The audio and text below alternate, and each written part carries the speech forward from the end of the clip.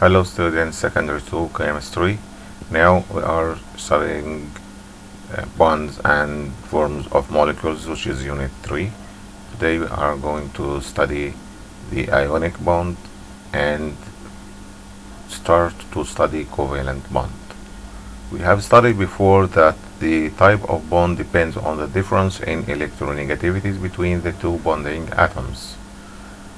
Okay, and we said that if the difference in electronegativity between the two bonded atoms is greater than 1.7, the bond will be an ionic bond, while if the difference in electronegativity between the bonded atoms is less than 1.7 and greater than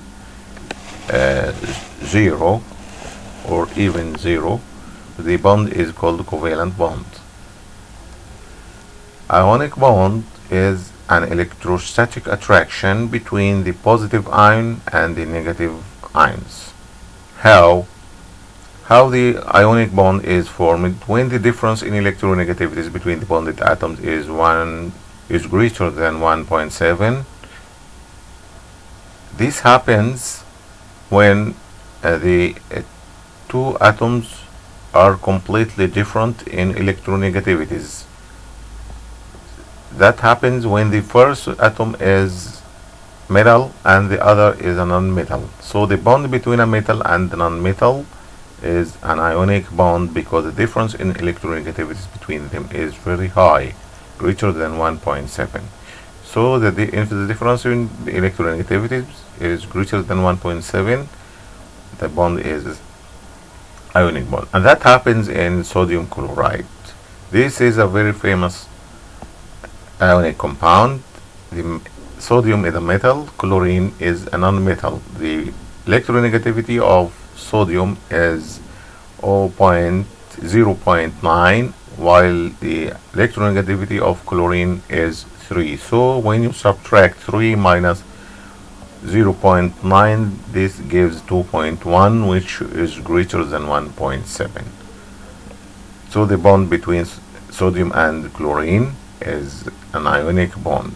During formation of the ionic bond, the metal atom loses 1 electron or more, 2 electrons or 3 electrons, and becomes a positive ion, while the non-metal atom, such as chlorine, which has high electronegativity, gains this electron or 2 electrons, but here only sodium loses 1 electron only, and chlorine atom needs only 1 electron because it has 7 electrons in its outermost shell.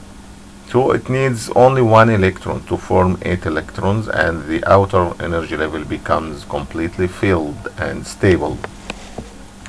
So when chlorine atom gains an electron from the sodium, it becomes a negative ion, while sodium becomes a positive ion. The attraction between the sodium ion and the chloride ion is called an ionic bond.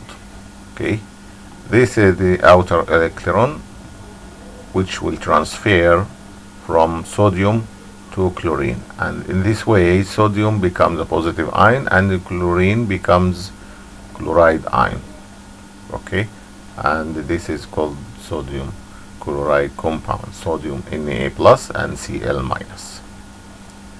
Okay, this is the electron which is lost by the sodium, and the transfer to chlorine atom to become the chloride ion, and this is the sodium ion. The sodium chloride, which is an ionic compound, is solid. So all ionic compounds are solids. Okay, this and forms crystals. This is called the crystal of sodium chloride. Okay, crystal solid. Sodium ions and chloride ions here are present. Properties of ionic compounds. All ionic compounds have high melting and boiling points because the attraction between the positive ion and the negative ion is strong. So these ionic compounds have high melting point, and after melting they have high boiling points. They dissociate in water forming strong electrolytic solution. For example, sodium chloride in water. When dissolved in water, the sodium ion is separated from the chloride ion by the water molecules, and this process is called dissociation. Dissociation means the separation of the positive ion from the negative ion by the solvent molecules, and this is a complete dissociation, so a strong electrolyte is formed. All ionic compounds are brittle and do not conduct electricity when solids, but only when they dissolve in water or when they are melted. When these solids are melted, they conduct electricity. When these solids are dissolved in water, they form free ions that can conduct electricity. But in the solid state, the ions are confined. They do not conduct electricity when in the solid state, but after melting or after dissolving in water. So they conduct electricity only when molten or in water solutions. Okay. Now to the covalent bond.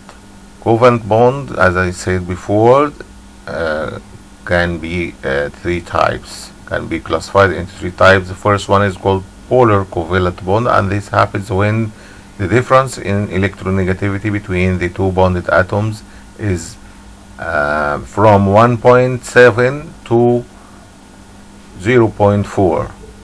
When the difference is in this range, we say that this bond is a polar bond, and this happens in these compounds HCl, HF, H2O, and H3. So these compounds have covalent bonds, and even these compounds are said covalent compound or polar covalent compounds. When the difference between in electronegativity between the two bonded atoms is from 0.4 to greater than 0, as in the case of oils and most organic compounds, CH, for example, CH4 or methane, in which the CH bond is present, the difference in electronegativity between carbon and hydrogen is exactly 0.4. So this is because electronegativity of carbon is 2.5, while electronegativity of hydrogen is 2.1. When you subtract these two electronegativities, you get 0.4. So the bond between carbon and hydrogen is a nonpolar bond, and we say that these compounds are nonpolar compounds.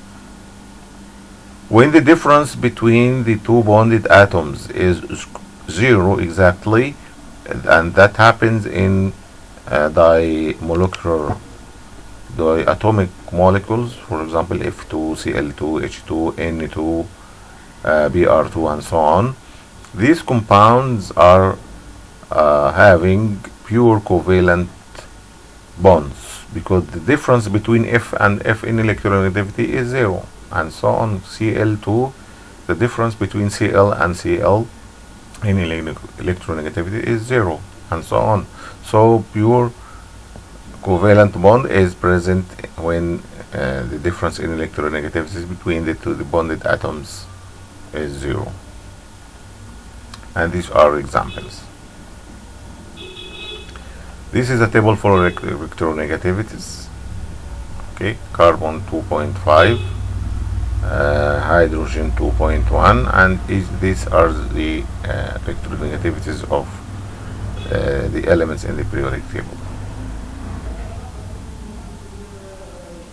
These are the definitions of covalent bond.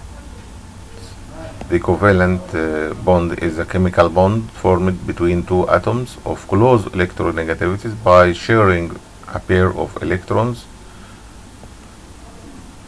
or more, one electron or more. Pure covalent bond, non-polar, polar.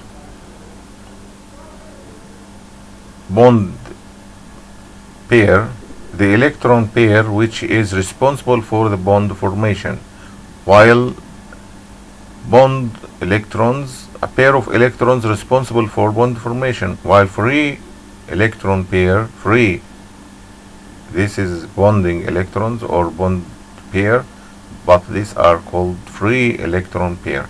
The pair of electrons that exists in one of the orbitals of the outer energy levels and doesn't participate in bond formation. These are called free electrons. Okay. These are some covalent compounds. Water also. This is hydrogen disulfide.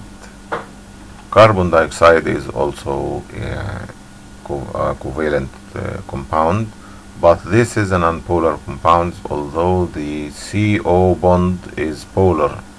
This is why the compound contains two polar bonds, and in the same time it is an nonpolar compound. This is because the molecule of carbon dioxide is linear, as it is here, is linear in the same line. And because this compound, carbon dioxide, is linear, the polarity of one bond is cancelling the polarity of the other, okay, in the same line. So this compound is a nonpolar compound.